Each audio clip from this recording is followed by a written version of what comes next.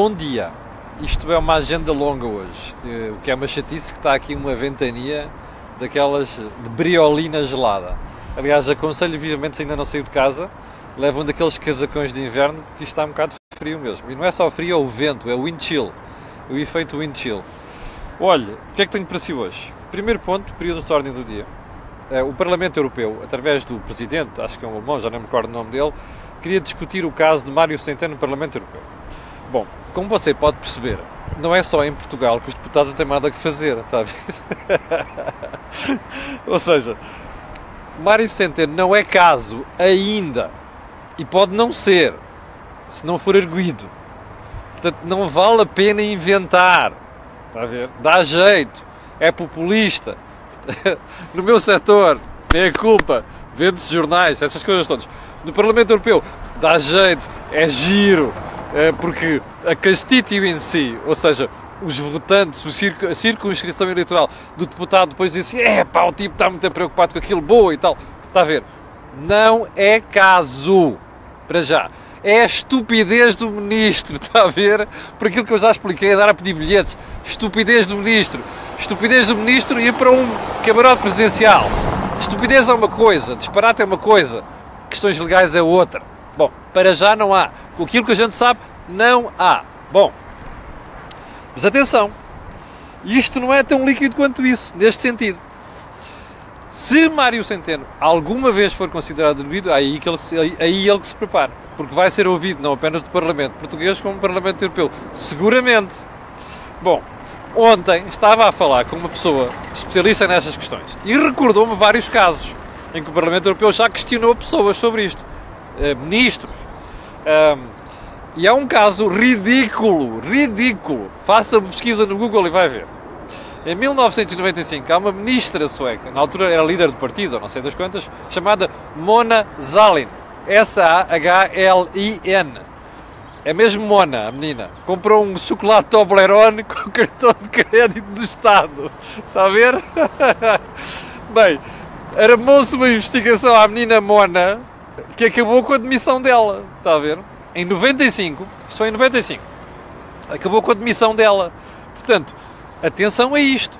Já agora, lembra-se da investigação que o Ministério Público levantou e o processo a dois ex-secretários de Estado de José Sócrates. Porque é que foi? Olha, lá está, utilização de cartão de crédito para comprar revistas e livros que não eram associados à própria função dos secretários de Estado. Pronto, é só para lhe falar neste ponto. Bem, o que é que tem-me parecido hoje? Muita coisa. Primeiro ponto que eu lhe vou dizer, eu vou elogiar o menino Mário... o ministro Mário Centeno. Desculpem lá, não foi mesmo intencional.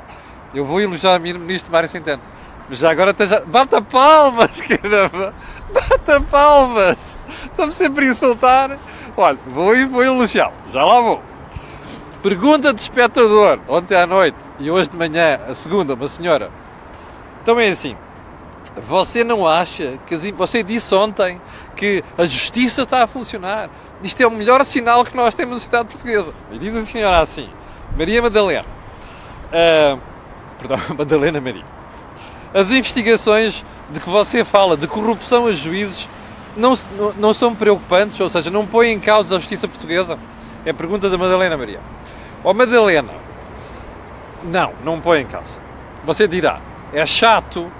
Então, mas já viu, isto lança uma teia de suspeição sobre a justiça portuguesa, sobre os juízes, não é sobre a justiça, sobre os juízes. Não é assim. Quando você vai a um saco de batatas, alguma coisa está a cheirar mal, e você tem que ir lá tirar uma batata, que pode contagiar as outras, não é? Aqui é a mesma coisa, Madalena, está a ver? O problema aqui não é... Há sempre alguém menos... Atenção, vamos lá ver se a gente explica isto, que é para não haver aqui falsos testemunhos e coisas desagradáveis. Eu não gosto nada de acusar ninguém antes de processos estarem decididos, e a coisa que me desagrada profundamente é fritar as pessoas na praça pública. Mas pronto, eu acho que a Madalena se referia a isto, que é a manchete do Correio da Manhã de hoje, que diz assim: Rangel, o juiz desembargador Rui Rangel, devolveu 80 milhões a banqueiros. A banqueiro, quem? Álvaro Sobrinho. Porque parece que ele levantou, eu fui ver depois do processo, em novembro de 2015, levantou aquilo que é o arresto dos bens do ex-banqueiro Álvaro Sobrinho. Bem, eu acho que a Madalena estava a referir a isto. E julgo que estava a referir a isto e... Pronto, não, era isto, porque eu não vejo mais nenhum jornal com esta manchete. Bem, Madalena, duas coisas. Primeiro, nós não sabemos se é assim. Repara, as investigações apontam para aqui, por isso é que o Ministério Público fez o que fez. Agora, nós não sabemos se é assim, nem podemos estar a fritar as pessoas na praça pública. Bom, mas vamos admitir que existe, que a corrupção, o peculato, tráfico de influências, tudo isto existiu. Repara uma coisa, a partir do momento em que o Tribunal diga assim e com o trânsito ter julgado, olha, é assim que se passou, pronto, a gente aí tem que se conformar, mas repare, isso só significa que esteve a limpar a magistratura e a justiça, está a ver, como outros setores da sociedade e da economia, e isso é que é importante. O pior que nos pode acontecer é o que sucede hoje em dia, que se levanta um processo de investigações e depois não acontece nada, está a ver, porque isso é descredibilizar a justiça, e isso é uma coisa que tem acontecido muito ultimamente. Já agora outra pergunta, que não foi da Madalena, mas foi do Francisco ontem à noite a dizer assim, porque é que o juiz não é preso preventivamente? Olha, porque a lei não deixa. Quando são crimes até 3 anos, os deputados é a mesma coisa. Acho que são os deputados. Não posso estar enganado, mas acho que são os deputados. Também não se pode prender preventivamente. Os deputados, se for acima de 3 anos, pode. Nos juízes não pode. Você dirá, isto está certo? Não.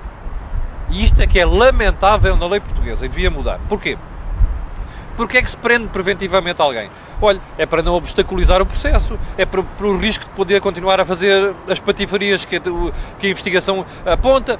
Portanto, para os juízes devia valer a mesma coisa. E eu acho que era muito importante os partidos portugueses mudarem a lei no futuro. Porque não é admissível que um juiz com um quadro penal superior a 3 anos não seja preso preventivamente. Pronto. Está respondida a questão da Madalena, e a questão do Francisco. Vamos lá, rapidamente, ao resto da agenda. Bem, lembra-se que eu disse que isto era só sucessos. Déficit abaixo de 0,2% e não sei. E lembra-se que eu lhe disse que isto ia aquecer. Pois vai aquecer. PCP e Bloco já começaram, aliás, já caí em cima do Governo, para obrigar a aumentar salários já em 2019. Repara, nós ainda nem mal começamos 2018, ainda não estamos a executar o orçamento de 2018, não temos dados nenhuns, e estes rapazes já estão a pensar em 2019. Já percebeu porquê? Olha ao voto, olha a caça ao voto, vem a eleições e tal, está a ver? Isto é uma lotaria, isto é um saldo, para ver quem é que faz o meu ouvido, não é? O melhor lance. Isto é uma estupidez. Uma estupidez total. Até porque, o que é que disse? Olha, esta questão ontem foi ao Parlamento. E o Bloco de Esquerda questionou o Ministro, e o PCP também. Então, e não vai haver aumentos em 2019? E o Ministro felizmente disse que não. Está a ver que eu estou a elogiar a Mário Centeno? Bata palmas, fofinhos, bata palmas. Estou a elogiar a Mário Centeno. Mário Centeno disse que não. Vai ser assim? Não. Eu garanto que não vai ser assim. Depois havemos de ajustar contas daqui a 7 meses ou 8, quando começarmos a discutir o orçamento de 2019. Mas pronto. Mas o Ministro fez o seu papel. Bom, e mais, ontem a deputada, salvo ver, a Mariana Mortágua, dizia ao Ministro, mas os salários não estão a subir, isto não é admissível, e não sei das quantas. É mentira. É mentira. Os salários estão a subir. E você perguntará, a Mariana Mortágua é estúpida? Não. É muito esperta até. Não é? Ela foi fazer a figura populista ontem para o Parlamento. E porquê é que eu digo isto? Porque ela sabe fazer contas. Acho que sabe fazer contas. E, portanto, repara uma coisa que o Ministro disse. Aliás, é uma regra de ouro para si. Quando você tiver dúvidas sobre como é que está a comportar a economia, vai haver um aumento das contribuições para a Segurança Social. É certo que houve um aumento do emprego.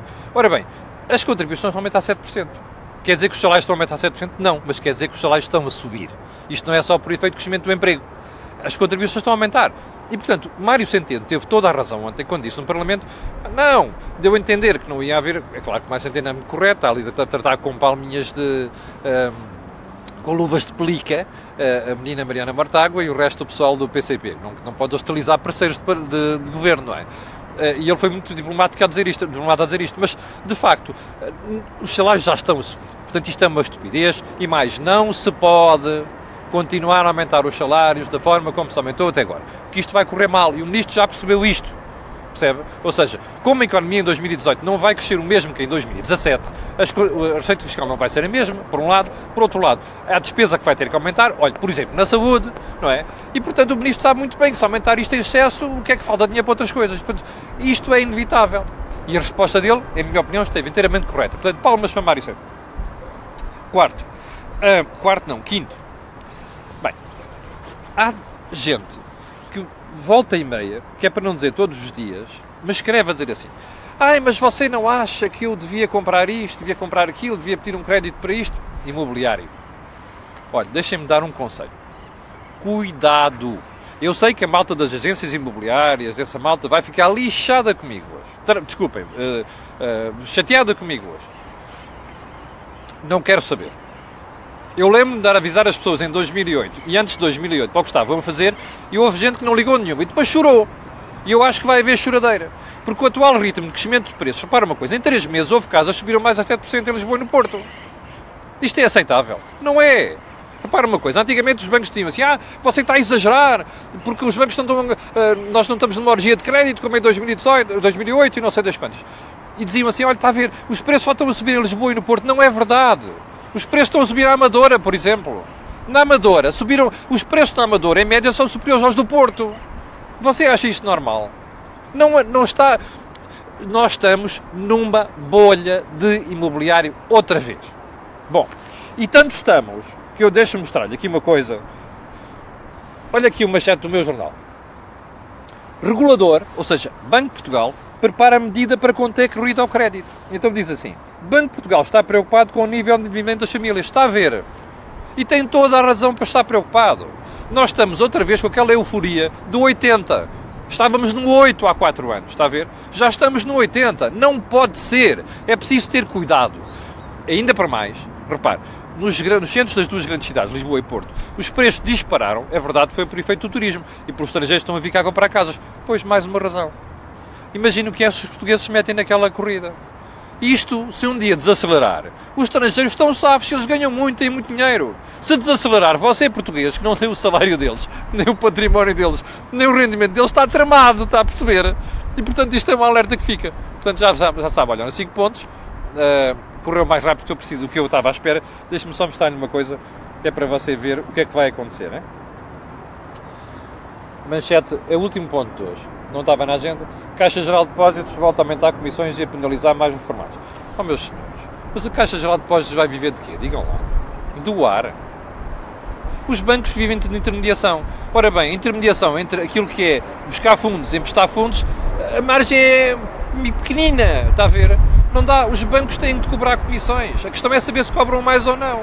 Mas os bancos não podem, têm de viver, está a ver? Se a Caixa Geral de Depósitos tiver prejuízo, quem vai meter lá dinheiro é você. Porque você é acionista da Caixa. Está a ver? Não se pode pôr as questões nestes termos, caramba. Francamente. Bom, olha, é só para lhe recordar que hoje ainda vou fazer uma conversa improvável. Vai ser com o responsável da empresa que ajudou a criar a indústria de componentes automóveis em Portugal. E depois, ao final da tarde, vamos ter os meus amigos Joaquim Aguiar e Jorge Marrão comigo a falarmos sobre a atualidade em Portugal. Vai ser no Think Tank, por volta das 9h15. Olha, para final, ponha só um gosto e faça partilha nas redes sociais. Muito obrigado e até logo.